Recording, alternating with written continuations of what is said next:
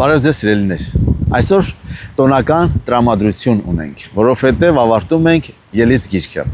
Մենք անցանք երկար ճանապարհ, Եգիպտոսի ստրկությունից մինչև Աստծո տաղավարի կառուցումը։ Եվ այս ամբողջ ընթացքում մենք փնտրեցինք ու գտանք մեկ անձի, Հիսուս Քրիստոսին։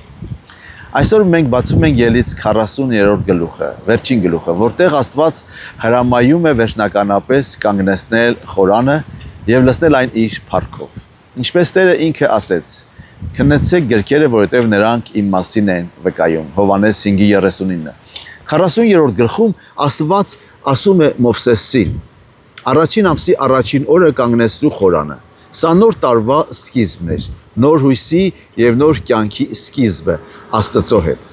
Մովսեսը ամեն ինչ դասավորում է ճիշտ այնպես, ինչպես Տերը պատվիրել էր նրան։ Սա Հիսուս Քրիստոսի պատկերն է, որպես նոր արարչության սկիզբը։ Հիսուսը այն մեկն է, ով եկավ մեր կյանքի առաջին օրը, վերջ դնելով մեր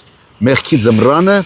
և սկսելով շնորհի գարունը։ Նա է մեր կյանքի հիմքը, ում վրա կառուցվում է մեր հավատքի տունը։ Ինչպես խորանը կանգնեցվեց անապատի մեջտեղում, այնպես էլ Քրիստոսը կանգնեց մեր չորացած կյանքի կենտրոնում, որպեսզի մեզ դարձնի Աստծո բնակարանը։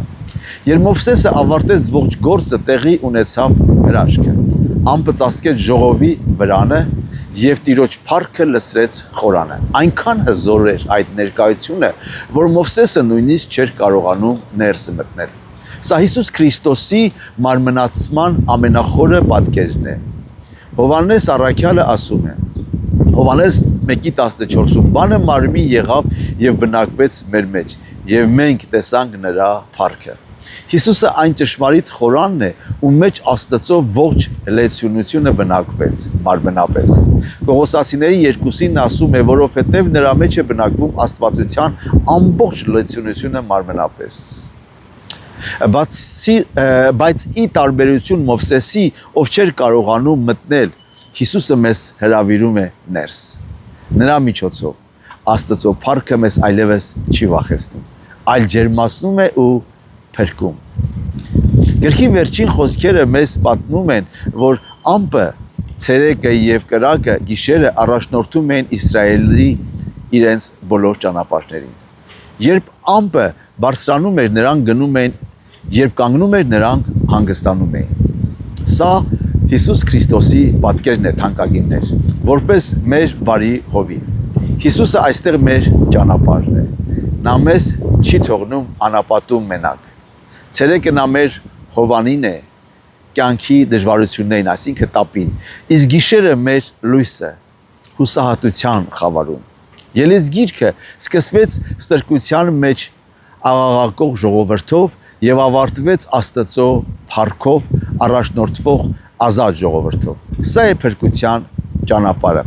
Այսօրվա դասը մեզ համար հետևյալն է, թանկագիններ։ Երբ մենք ամեն ինչ անում ենք Աստծո խոսքի համաձայն, նրա փառքը անպայման այցելում է մեզ։ Հարց. արդյոք դու պատրաստել ես քո սիրտը որպես խորան Տիրոջ համար։ Հիշիր, որ ելից գրքի նպատակը ոչ թե պարզապես վրան կառուցելն էր, այլ Աստծո բնակությունը մարդկանց մեջ։ Այսօր Հիսուսը ուզում է լցնել քո և իմ կյանքը իր փառքով։ Թույլ տանք նրան առաջնորդել մեզ անապատի միջով։ Եթե նա քո մեջ է, դու երբեք չես մոլորվի։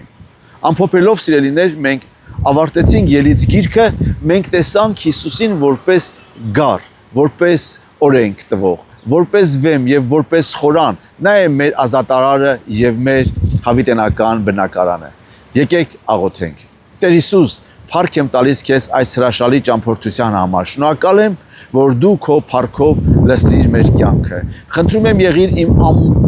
իմ առաջնորդը ամեն օր։ Թող քո ներկայությունը լինի իմ հովանին և իմ լույսը։ Օգնիր ինձ միշտ մնալ քո սիրո մեջ, որն իմ իսկական տունն է։ Ամեն։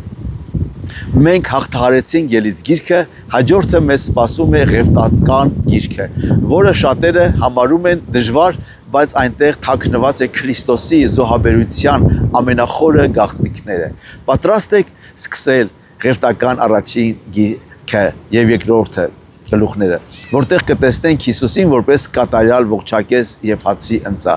Եվ դա մենք կանենք վաղը սիրելիներ։ Աստված օրհնի քեզ եւ քո ընտանիքին։ Դու կարող ես այս տեսանյութը կիսել քո ընկերներին, որպեսզի նրանք էլ տեսնեն սիրելիներ։ Եվ եթե ինչ որ մտքեր ունես, կարող ես գրել մեկնաբանությունների մեջ։ Աստված օրհնի քեզ։ Կհանդիպենք վաղը։